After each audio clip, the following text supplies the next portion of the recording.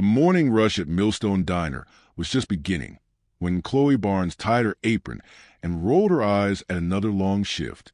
The 27-year-old waitress had been working there for almost 5 years, smiling for tips she barely earned, answering to customers who acted like she was invisible.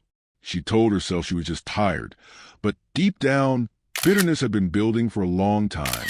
When the door opened, a calm figure stepped inside. A black woman in a neat cream suit, holding a tablet and a kind smile, took a seat by the window. Danielle Rivers was traveling through town for business, a marketing executive stopping by to see if the diner could cater an upcoming community event. But Chloe didn't see that. She saw someone she decided didn't belong. When Danielle politely waved her over, Chloe's response was clipped. "We're, not serving yet. Kitchen's backed up." Danielle looked around. Other tables were being served. She tried to remain patient. "I can wait. Could I at least have a glass of water?" Chloe hesitated, then turned away, muttering something about people always demanding things. A few other customers noticed the tension. Some looked uncomfortable. Others looked away. Danielle didn't raise her voice. She simply opened her phone, tapped record, and placed it quietly on the table. Within minutes, the manager came out, alerted by the whispers. Chloe tried to brush it off, saying the woman was being difficult. But the manager glanced at the running camera light and frowned. "Chloe, my office. Now!" Something about the tone made the entire diner go silent. In the back office, the manager replayed the footage. Every word, every sneer, every refusal. Chloe's face paled as she watched herself deny service, spin excuses, and roll her eyes. "That's not how it looks," she insisted. "It looks exactly like that," the manager said quietly. When she was told to apologize, Chloe did half-heartedly, but Danielle didn't seem angry. She just smiled sadly. "You don't owe me an apology. You owe yourself one." Then Danielle stood and walked out, leaving the entire diner staring. That night, Millstone's social media exploded. The video, uploaded anonymously, hit 200,000 views in 24 hours.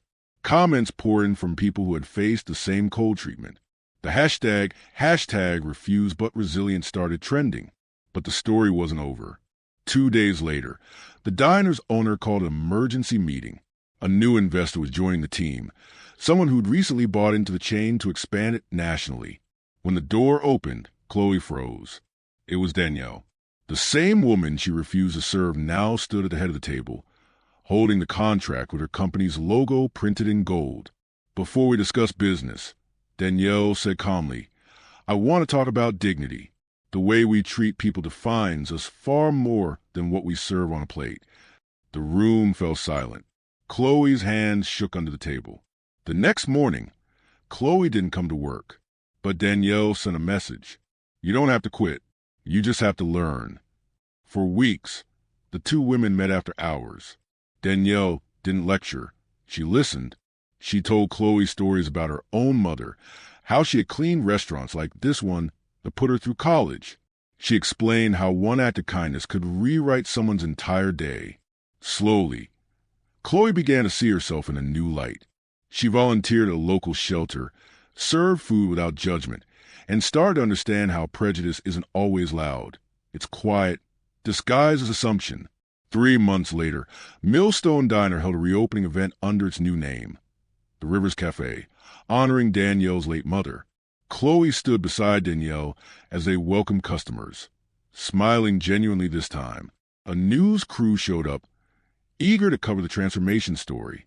When asked what had changed, Chloe said softly, "A camera showed me who I was, but grace showed me who I could be."